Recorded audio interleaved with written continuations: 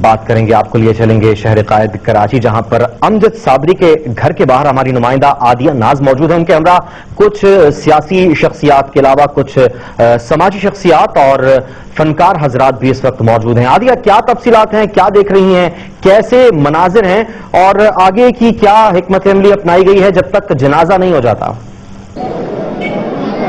جی بالکل، ایک غم کا سا سما ہے اور ہر شخص جو ہے وہ غم سے نڈھال نظر آتا ہے۔ سماجی کارکنان کی جانب سے، فنکاروں کی جانب سے، سیاسی رہنماؤں کی جانب سے یہاں پر تعزیت کا سلسلہ جاری ہے۔ میں آپ کو بتاتی چلوں کہ امجد صابری کے اہل خانہ کی جانب سے کسی بھی قسم کی قانونی کارروائی کرنے سے انکار کر دیا گیا ہے۔ انہوں نے لاش کا پوسٹ مارٹم کرنے سے بھی انکار کیا اور وہ سرد خانے منتقل کر دی گئی ہے۔ کل دوپہر نماز ظہر کے بعد جو ہے وہ جنازہ کیا جائے گا۔ مختلف اداکار ہیں جو اس وقت ملک سے باہر ہیں، ان کے دوست احباب جو ہیں وہ ملک سے باہر ہیں جو پاکستان آئیں گے اور پھر اس کے بعد جو ہے ان کی نماز جنازہ ادا کی جائے گی۔ اس وقت میرے ساتھ لیجنڈری فنکار ارشد محمود صاحب موجود ہیں، میں ان سے بھی آپ کی بات کراؤں گی۔ اس وقت یقیناً غم سے ہر شخص ہی نڈھال ہے۔ سر، آپ آج کے افسوسناک واقعے کے بارے میں کچھ کہیں۔ انا للہ و انا الیہ راجعون۔ سب سے پہلے تو ہم کنڈم کرتے ہیں کہ جس طرح سے آج امجد صابری کے ساتھ ہوا ہے یہ بہت غلط ہوا ہے، بالکل نہیں اس طرح سے ہونا چاہیے تھا۔ وہ ایک معصوم سا آدمی، اور اس کے جانے کے بعد جو ہے میں سمجھتا ہوں کہ شہنشاہ صوفیانہ کلام جو ہے نا اب ختم ہو گیا ہے۔ اس نے اپنے والد صاحب کی جانے کے بعد جو ہے ان کے والد صاحب کو زندہ رکھنے کے لیے انہوں نے تھوڑا سا چینج دے کے اور صوفیانہ کلام انہوں نے پڑھے اور پوری دنیا کے اندر انہیں اپنے والد صاحب کا نام روشن کیا۔ میں سمجھتا ہوں کہ اس کے ساتھ بہت برا ہوا امجد کے ساتھ، کیونکہ امجد نہ تو کسی سیاسی پارٹی سے کوئی اس کا تعلق، نہ وہ کوئی کسی کے ساتھ لڑائی جھگڑا کرنے والا، پیار محبت کرنے والا وہ شخص۔ میرا تقریباً کوئی 16-17 سال پرانا میرا دوست، چھوٹے بھائیوں کی طرح بالکل، کیونکہ میری بڑے حاجی صاحب سے میری سلامت دوستی تھی میری، تو ان کی وجہ سے امجد کے ساتھ میری بہت ہی زیادہ پیار محبت تھا۔ ہم لوگ ملک میں بھی اکٹھے گھومتے پھرتے تھے، اکٹھے کھاتے پیتے تھے، کھانے پینے کا شوقین، پیار کرنے والا، دوسروں کو پیار بانٹنے والا، وہ کیسے کسی کا دشمن ہو سکتا ہے۔ میں درخواست کرتا ہوں گورنمنٹ سے اور خاص طور پہ ڈی جی رینجر صاحب سے کہ امجد صابری کے قاتلوں کو پھر فور پکڑا جائے اور اسی گلی کے اندر ان کو پھانسی دی جائے، تاکہ دیکھنے والوں کو پتہ چلے کہ کسی کا ناحق خون کس طرح سے بہایا جاتا ہے۔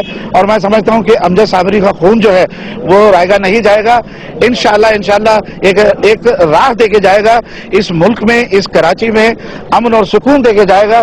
اور میں آپ کے چینل سے میں پوری دنیا سے ایک درخواست کرتا ہوں کہ امجد صابری جو ہے وہ ایک شہید ہے، اور شہید کے لیے رویا نہیں جاتا۔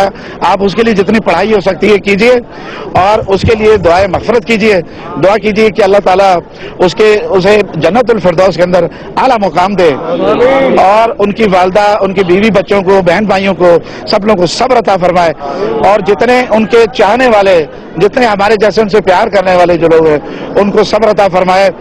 اور آخر میں ایک دفعہ پھر میں ایک بات کہنا چاہتا ہوں کہ پچھلے 2 دن پہلے چیف جسٹس صاحب کے بیٹے کے ساتھ جو ہوا ہے، ہماری دعا ہے کہ اللہ تعالیٰ اس کو صحتیابی سے زندہ رکھنا، لیکن جس طرح سے لا انفورسمنٹ ایجنسیوں نے ان کی ریکی کی، ان کا پتہ کیا کہ وہ کہاں سے کہاں وہ لے کے گئے ان کو، اسی طرح سے میں درخواست کرتا ہوں گورنمنٹ سے کہ امجد صابری کے قاتلوں کو ڈھونڈا جائے اور فوری طور پر ڈھونڈا جائے کہ کہاں سے وہ آئے اور کس سائڈ پہ نکل کے وہ گئے، اور ان کو پکڑ کے سخت سے سخت سزا دی جائے۔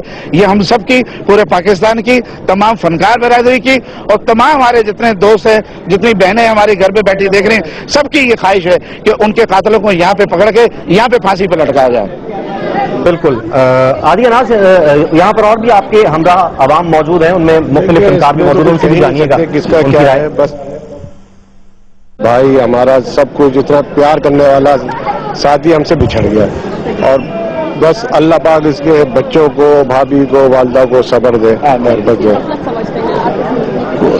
اس کی غفلت تو کوئی، مطلب اس کی تو کوئی بھی غفلت نہیں ہے، اور یہ تو ایسا کھلے دل کا آدمی ہے، مطلب کسی کو بتانے کی ضرورت بھی نہیں ہے، پیار کرنے والا، محبت کرنے والا، ایک آواز پہ آنے والا، مطلب یہ محبتیں بانٹنے والا آدمی ہے۔ اس کے لیے تو کوئی دشمن داری یا یہ وہ تو کوئی سوچ بھی نہیں سکتا۔